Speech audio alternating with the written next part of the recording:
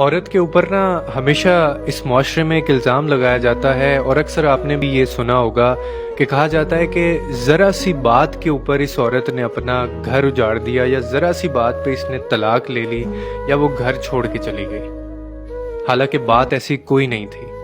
आज मैं आपको बताता हूँ कि वो ज़रा सी बात कौन सी बात थी जिसकी वजह से औरत घर छोड़ के गई। जैसे हम कहते हैं ना कि मर्दों की एक नफ्सियात होती है, इसी तरह औरत की भी एक नफ्सियात होती है। और औरत की ये नफ्सियात है कि औरत माफ़ करती है लेकिन भूलती नहीं है।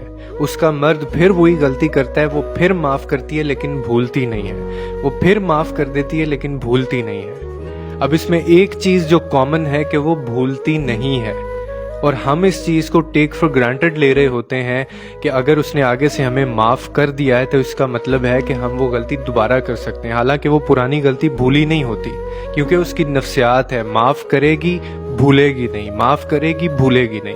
और हम उसको इतनी अजियत दे दे के उसको इस दर्जे पे ले जाते हैं कि एक वक्त पे फिर ऐसा होता है कि उसको अचानक से छोटी सी बात के ऊपर वो सब याद आ जाता है, यानी वो सब गलतियां जो वो भूली नहीं थी।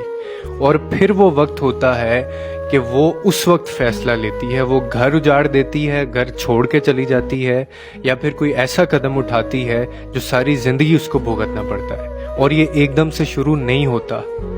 ये माफ़ करना, उसके बाद ना भूलना, कंटिन्यूस एक प्रोसेस होता है। बार बार की गई गलतियां जो हैं वो सामने आती हैं। तो जिस तरह हम कहते हैं ना कि मर्दों की एक नफ्सियात होती है और वो औरतों को समझनी चाहिए, इसी तरह औरतों की भी नफ्सियात होती है जो हम मर्दों को समझनी चाहिए।